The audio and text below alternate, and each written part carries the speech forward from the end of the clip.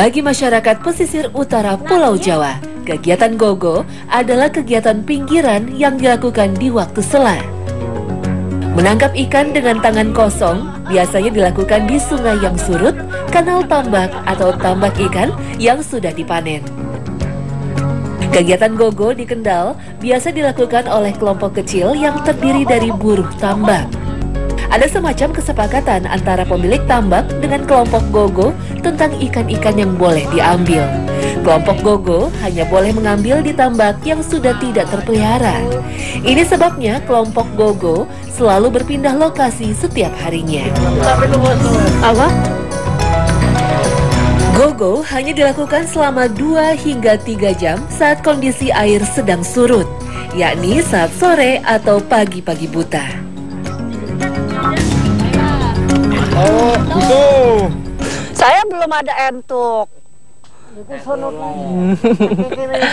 Artinya dapat itu sebenarnya. Saya dapat, gitu. Saya belum nih. Nah, pokoknya kalau misalnya teknik gogo seperti ini, kalau misalnya nih di area ini, jadi harus sinergi gitu. Misalnya 4 orang atau dengan saya berlima nih, bergeraknya bersamaan ke arah yang sama. Jadi nggak bisa yang satu turun sini, yang satu turun sini. Aur-auran, nggak kelihatan. Ikan yang mabur. Kawasan tambak yang sehat ditandai oleh adanya ikan asli perairan Payau sebelum kehadiran tambak-tambak budidaya. Indikator kawasan Payau yang sehat juga dapat diamati dengan visibilitas air dan kondisi lumpur. Entuk, coba saya pegang. Lihat, dol pinjam. Ya, Mahir. belanak ya Pak? Bener ya? Enak banget nih, manis. Nah, itu tadi yang saya bilang. Jadi Pak Sulim dan teman-teman ini di luar dari yang punya tambak sudah selesai dipanen. Nah, mereka cari yang memang asli ikan ada di sini. Jadi ini liar nih sebenarnya nih. Ini ikan terenak menurut saya. Lana. Semua pada udah entuk, saya belum. Saya belum dapat nih. Ikut cari lagi yuk, Pak. Oh, itu. Entuk lagi. Bentuk belangkas atau mimi menyerupai ikan pari bercangkang, tetapi memiliki pergerakan serupa kepiting.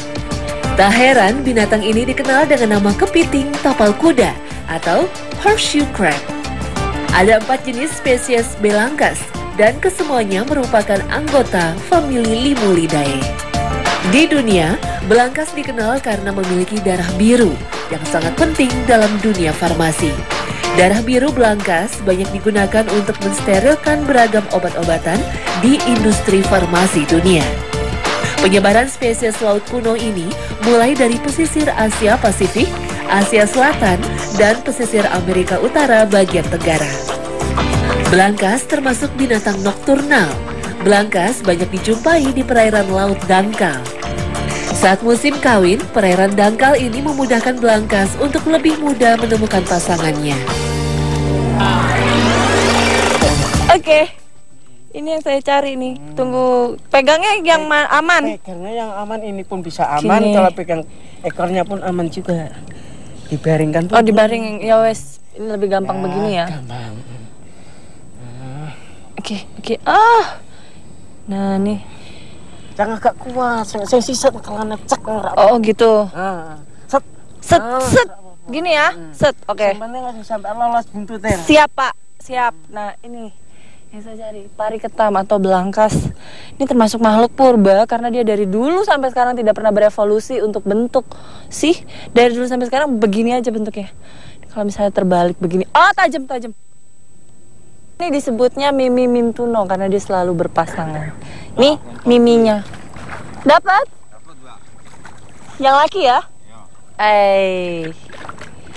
Ada Mimi, ada Mintuno. Lihat. Bener kan? Kalau jantannya dia size-nya setengahnya aja dari yang betina.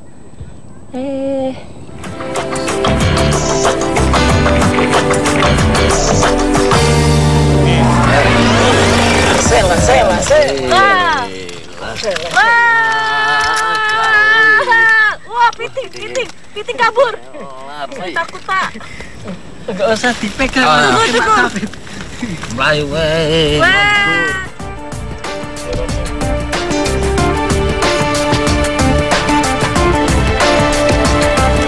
Hasilnya banyak banget.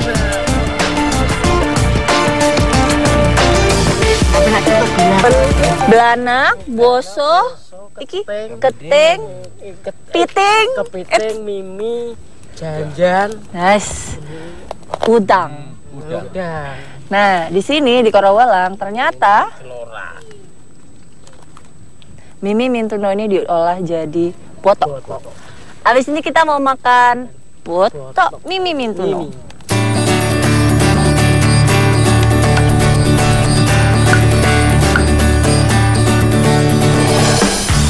Rame, lihat dong, cabenya sebanyak ini. Jadi kalau misalnya ada yang bilang, ah masakannya kurang pedas, sini coba saya oles ke matanya. Silakan, lanjut.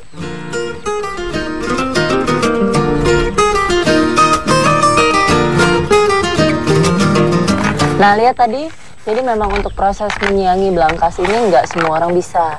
Iya. Betul ya Pak Bruto ya? Iya. Jadi posisi yang tidak boleh rusak Ya, ini itu adalah ini usus sama empedunya. ya.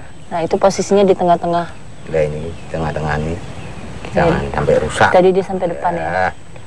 Ujung sampai bawah. Oke, karena kalau misalnya itu rusak jadi keracunan. Telur dan daging belangkas dapat dikonsumsi langsung tanpa menggunakan bumbu apapun. Jadi, seberapapun banyak bumbu dan cara mengolahnya, lebih karena selera masyarakat yang berbeda. Campur Bu. Oke.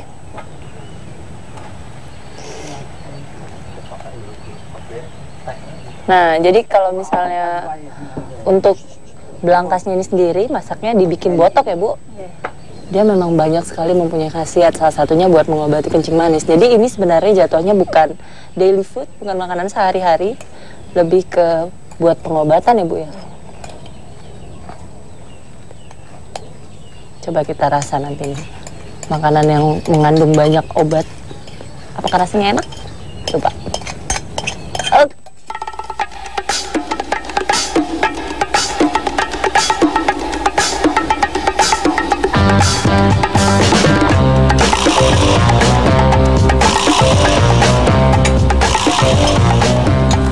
Telurnya itu, telurnya. rasanya begitu digigit itu ada yang berderai.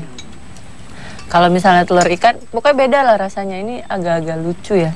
Lucu, masakan kampung ya. Iya, betul Pak. Masakan kampung lucu. Tapi yang pasti kalau misalnya ditanya enak apa enggak? Enak.